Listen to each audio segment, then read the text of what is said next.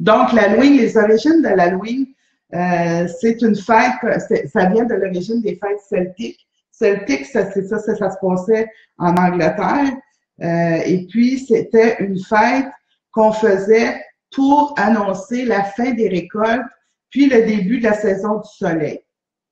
Puis, on vivait, ça c'était quand on vivait comme en Angleterre, fait que les fêtes se déroulaient sous l'autorité des druides, ça durait normalement pendant 7 jours.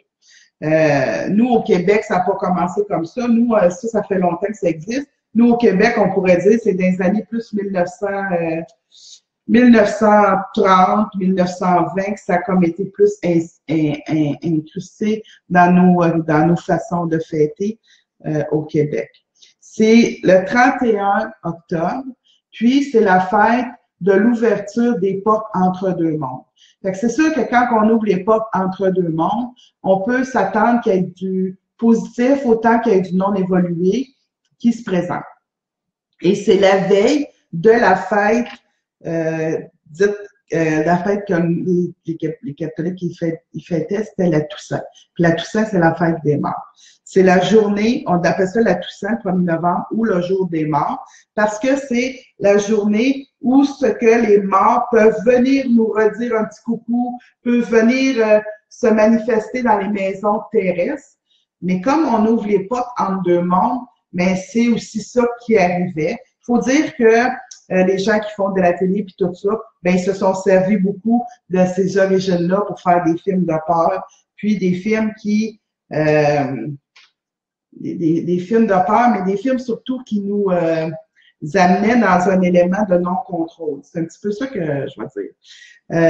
Quand on parle de la légende, on parle que c'était l'esprit du mort qui pouvait revenir, comme je vous disais, dans la demeure terrestre. Mais c'est sûr qu'en faisant ça, on ouvrait les portes entre deux mondes. All Hallow, c'est souvent, c'est ce qu'on appelait Halloween, c'était le All Hallow aux États-Unis. Ce que ça voulait dire, c'est le soir de tout saint du paradis qui pouvait revenir pour nous faire un petit coucou. Holly, comme Halloween, c'était Hallow pour Holly, puis Holly, c'est saint, puis Even, ben, c'était evening pour le soir. Mais tu sais, moi, je vous parle en anglais, là, mais c'est parce que j'ai pris des petites notes, parce que j'aurais jamais été capable de vous dire tout ça. Pourquoi une citrouille? Parce que ça vient de la légende de Jack O'Lantern. C'était un monsieur que lui, ni le Dieu, ni le diable l'avaient accepté, fait qu'il était errant, puis il se promenait avec un navet dans lequel on mettait une chandelle. Mais le navet, il s'est transformé en citrouille par rapport au Canada, aux États-Unis, c'était plus facile d'utiliser une citrouille. Fait que c'est souvent l'Halloween, ce qui se passe, c'est la collecte des bonbons. Mais, tu sais, autrefois, on collectait les bonbons, on se déguisait en monstre, en vampire, en sorcier. Mais là, ça l'a changé, ça l'a évolué. Mais souvent, les maisons, on décore pas juste des maisons avec des fantômes. Maintenant, on met des cercueils, on peut mettre justement un Jack O'Lantern pour le Jack de la lanterne avec une lanterne.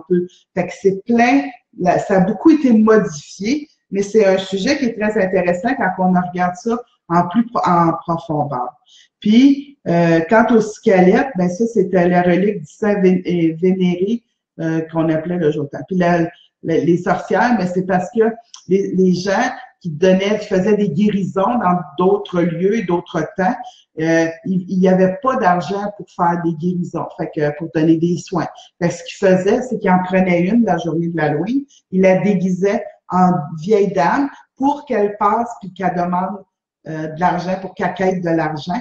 Puis là, c'est comme ça que c'est venu qu'il y avait beaucoup de sorcières.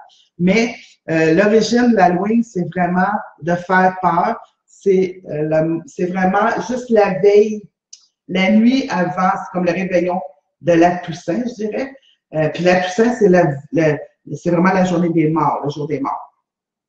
Il y a beaucoup eu de films là-dessus, La Nuit des Masques, Halloween, le Conte des Ténèbres, La Nuit des Démons, La Maison du Démon. Il y avait il y a eu aussi, après ça, il y a eu Chucky, après ça, c'est des films qui se sont rajoutés par la suite. Mais il y a eu beaucoup de films d'horreur qui ont été basés sur le phénomène de l'Halloween. Là, je vous ai fait un pedigree assez large parce que je vais rentrer dans les détails plus dans les semaines qui viennent parce que justement, je veux aller en profondeur. C'est-tu arrivé des drames? Qu'est-ce qui représente l'Halloween pour certains peuples? Il y en a des gens qui ont vraiment peur de l'Halloween. Moi, je connais des gens qui ferment toute l'Halloween parce qu'ils ont peur d'être attaqués. Ils ont peur de faire entrer des mauvaises choses dans la maison. Fait qu'il y a il y a une grande légende qui entoure l'Halloween. Il y a la légende que tout le monde connaît, qu'on peut retrouver dans tous les sites Internet. Mais il y a des légendes de peuple. Il y a des légendes vous savez, l'Halloween, les gens me disent que ça a commencé à Montréal. Moi, ce que je sais de l'Halloween, dans ce que j'ai lu, ça a commencé dans le Bas-Saint-Laurent, en Gaspésie, dans le Bas-Saint-Laurent, parce qu'il y avait des Irlandais, puis ça vient de l'Irlande, des Irlandais. Les Irlandais, ils arrivaient, puis là, ils fêtaient cette fête-là, puis là, nous autres, on a commencé à trouver ça intéressant, donc on s'est mis à fêter ça, puis de la Gaspésie, du Bas-Saint-Laurent, en montant jusqu'à Montréal, ben c'est comme ça que ça s'est fait. Puis les Irlandais qui allaient au port de Montréal, puis qui débarquaient pour travailler, ben eux autres aussi. Fait que ça a été un mélange, c'est vraiment la déportation, pas la déportation, mais quand les Irlandais sont venus dans notre terre d'accueil, qui nous ont enseigné l'Halloween, parce que nous, on fêtait plus la Toussaint que l'Halloween.